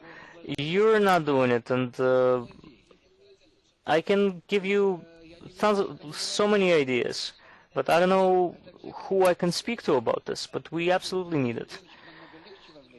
And actually, it's much easier to involve girls in these activities, and you'll see that with your daughters how much you're helping them and how much you're benefiting. So think about it. And women's organizations as a whole, it's very easy to come to them. It's very easy to disseminate through them. Women's magazines, women's portals, it's very easy to reach them, to write for them. There is a tremendous amount of materials that can already be translated from the languages that we've already published our materials in. All kinds of women's sites, they're so colorless, and we can give them great information and through them to go further. And if a wife is interested in something her husband is going to follow, we know that that's how it works. This is a very serious way to access through the women. So women, I beg you, show us that you're a great force. We're always getting blamed that we're not giving you, we don't have enough to do. Here it is. Take it. I also want to add something else. This is not my final word yet, but so I don't want to forget. We are in between Congresses, right? And after this Congress, after these Congresses, we're gonna have other Congresses coming up in September, October, and so on. So the next Congress, they just gave me the information. It's May 4 to 6 in Brazil, May 4 through 6. I really recommend. And you don't need to actually fly there. It's not about flying there in your preparation to them. Just as today we have friends behind the screens, but with their heart, their soul, they're with us. And I think they've experienced this Congress as a very specific, very special action, and I think the changes they have undergone are no less than what we've undergone here. We need to prepare for the next Congress just as we've prepared for this one. You need to rid yourself of all the problems, of all the disturbances. Let these disturbances be our own. Let it be that we are present at the Congress as though in person. You can do anything you want. You can even rent a place, let's say, and do a mirror Congress there. Look at what's happening. See what's happening together. Look at what's happening on the screen, and do the same thing amongst yourself. Do these round tables amongst yourselves. Do these things. Continue to do them. Most importantly, if the Congress is happening somewhere, it's happening where you are as well. Furthermore, May 11 to 13, a week after the Brazil Congress, we're going to have another Congress in New York. What are you going to do? That's the work we have. I think that to anyone who wants to advance, really advance, he needs to tear himself away from regular corporal life a little bit. These are happening on the weekends, Friday, Saturday, Sunday, and you need to appease your family somehow for them to let you disconnect for 3 days. That's the work we have. So you can tell them to thank me for the fact that you're giving them extra care and extra attention for a month, and then for that weekend you're disconnecting from them. I'm to blame. They're gonna think that you're so nice, but then they're gonna see that you're just an egoist. You're doing it for yourself. Okay, a few messages. Rav's going to sign books here. Okay, up here. That's A. B. It's going to happen 15 minutes. Rav's signing books. Then we're going to have a break. All of those who are organizing tables here, please ask. We're asking help from everyone. All the men will help get the tables organized. That's B. And C, a song.